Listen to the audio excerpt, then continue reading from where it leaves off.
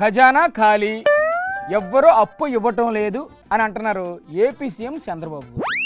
Telangana CM Revanth Reddy గారు కూడా అదే పాట అందుకున్నారు. మమ్మల్ని ఎవడో నమ్మటం లేదు, అప్పు దొరకటం లేదు, అసలు మమ్మల్ని చూడగానే జడుచుకుంటున్నారు అని ఉద్యోగ సంఘాల నేతలతో చెప్పుకొచ్చారు.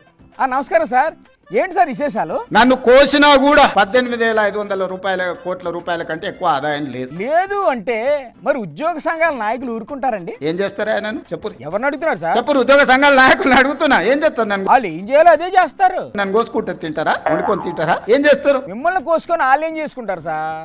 ఉన్న దాంట్లోనే వాళ్ళకు కూడా కొంత కేటాయించండి. లేదు, ఉన్నదే 18,500 కోట్లు, ఎట్లా వంచుదామో చెప్పండి. అదేదో మీరే పంచండి సార్. ఏది ఆపమంటారో చెప్పండి. వృద్ధాప్య పెన్షన్లు ఆపమంటారా, ఉచిత కరెంట్ ఆపమంటారా, షాదీ ముబారక్ ఆపమంటారా, ఏ ఆపమంటారో చెప్పండి. ఆ పథకాలు ఎందుకు సార్ ఆపడం? ఉన్న పథకాలను ఆపకుండా కొత్త కోరికలు నెరవేరవు. మీరు ఎలా అంటే మరి ఇక నిరసనలు, దీక్షలు, ధర్నాలు తప్పువేమో సార్, చూసుకోండి. నిరసనలో, ధర్నాలో, దీక్షలో బందో చేస్తే ఉన్న వ్యవస్థ కూడా కుప్పగూలుతుంది. ఇంకో దివాలా రాష్ట్రంగా మనం మారుతాము. మీరే ఏదో ఒకటి చేయండి సార్. నేను ఒక్కరిని ఏం చేయగలను అంటే ఇప్పుడు మీ దగ్గర ఏమీ లేదా ఇవ్వటానికి? నాకేమున్నది, నేను ₹1 ఇంటికి తీసుకుపోను. అయితే మరి ఇప్పుడు ఏంటి సార్ పరిస్థితి?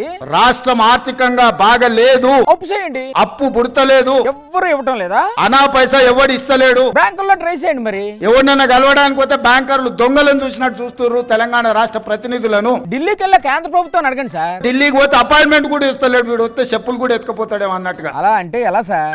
మీరే ఏదో ఒకటి చెయ్యాలండి బాబు. అప్పు పుడితే నేను కూడా ఏదో ఒకటి చేసి తెచ్చిచ్చేటోను. అప్పు పుట్టట్లేదు. అసలు ఎందుకు పుట్టట్లేదు సార్ అప్పు? ఎవడు బజార్లో నమ్మడం లేదు. ఏరు దాటే వరకు వాడమల్లన్నా, ఏరు దాటాక బోడి మల్లన్నా అంటే ఇదే మరి.